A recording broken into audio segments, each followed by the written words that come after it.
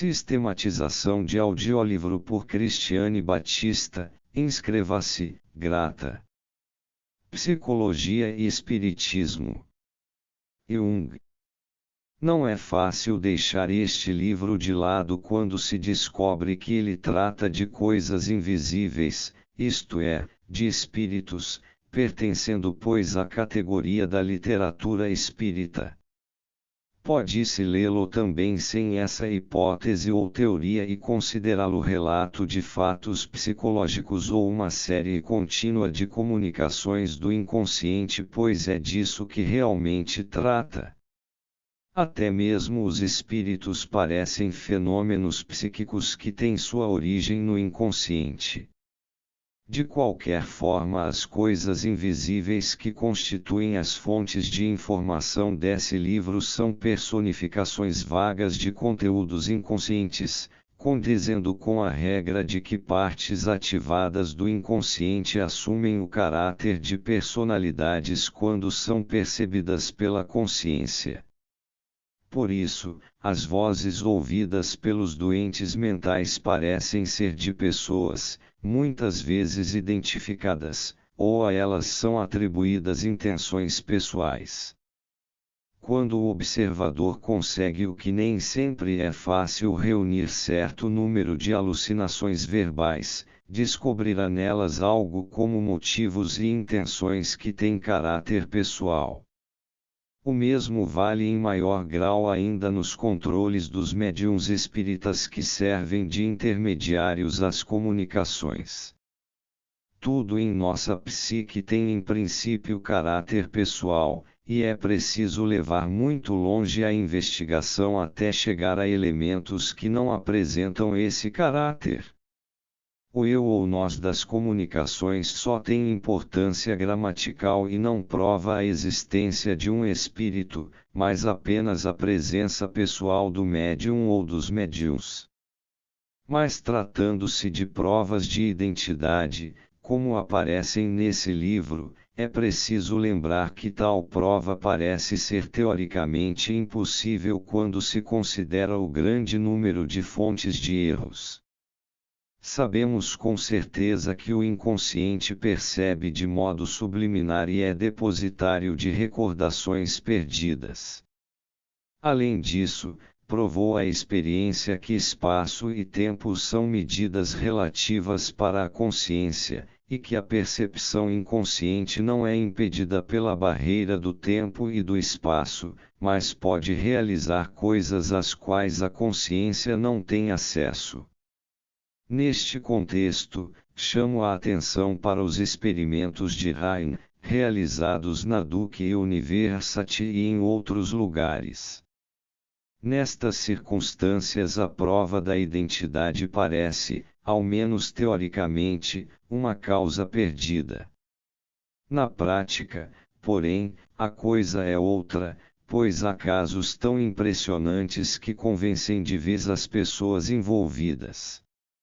Ainda que nossos argumentos críticos coloquem em dúvida cada caso individualmente considerado, não existe um único sequer que possa provar a não existência dos espíritos.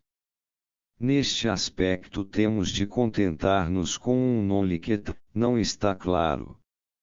Os convencidos da realidade dos espíritos devem saber que isto é uma opinião subjetiva, podendo ser questionada por várias razões.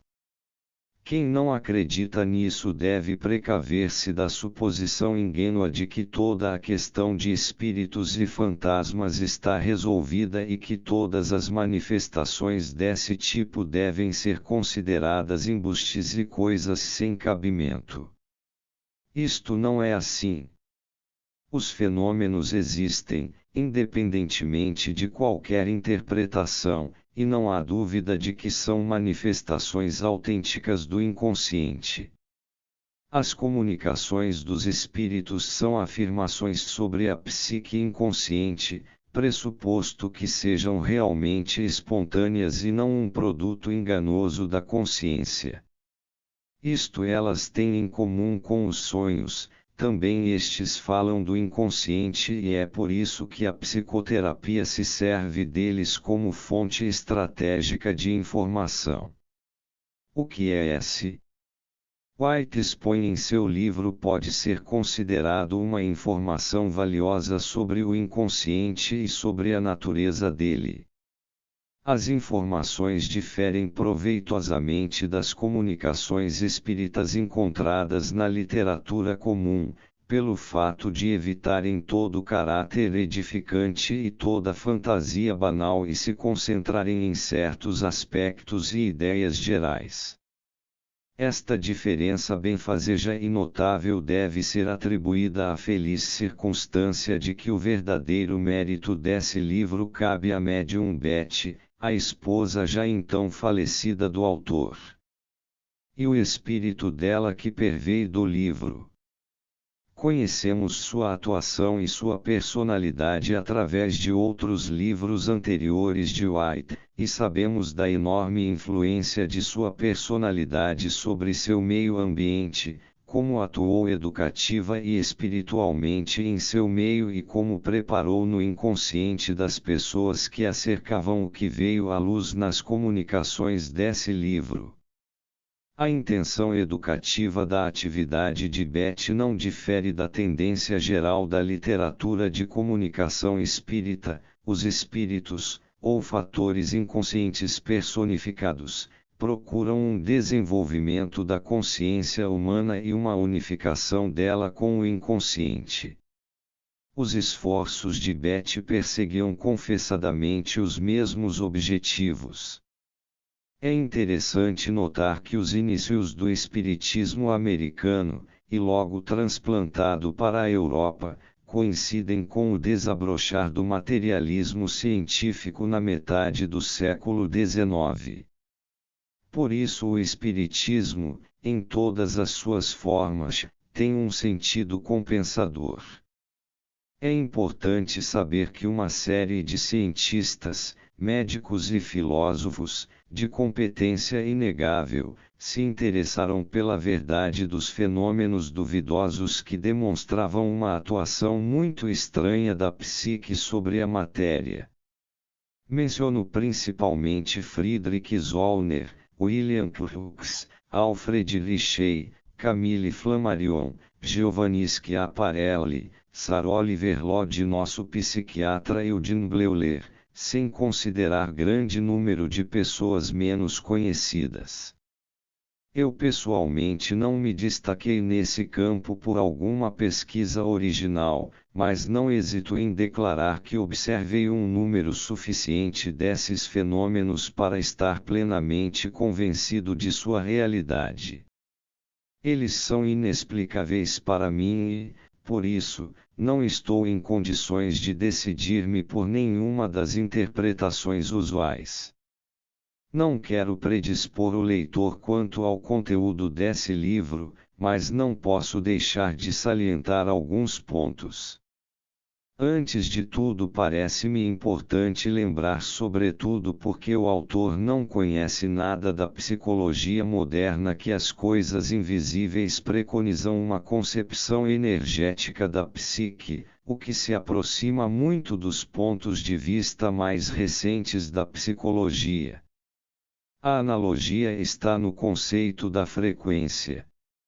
Mas aqui está também a diferença que não pode ser menosprezada. A psicologia supõe que a consciência tem uma tensão energética maior do que o inconsciente. Ao passo que as coisas invisíveis atribuem ao espírito dos falecidos, portanto a um conteúdo personificado inconsciente, uma frequência maior do que a psique viva. Não se pode, porém, atribuir importância muito grande ao fato de ambos os campos usarem uma concepção energética, uma vez que o conceito de energia representa, por assim dizer, uma categoria de pensamento da ciência moderna. As coisas invisíveis esclarecem também que nosso mundo consciente constitui um só cosmos com o além, de modo que os falecidos não estariam num lugar diferente do dos vivos.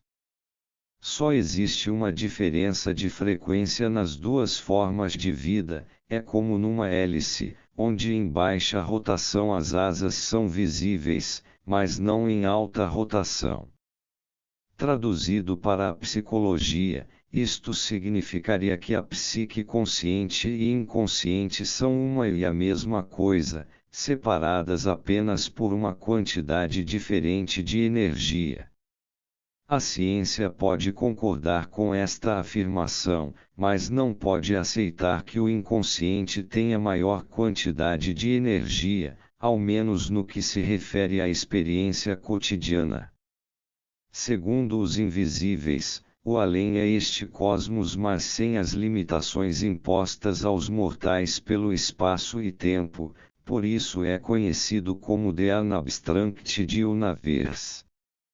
O aquém está contido, por assim dizer, neste ordenamento maior e deve sua existência principalmente ao fato de o homem corporal ter uma frequência menor, fazendo com que se tornem atuantes os fatores de tempo e espaço.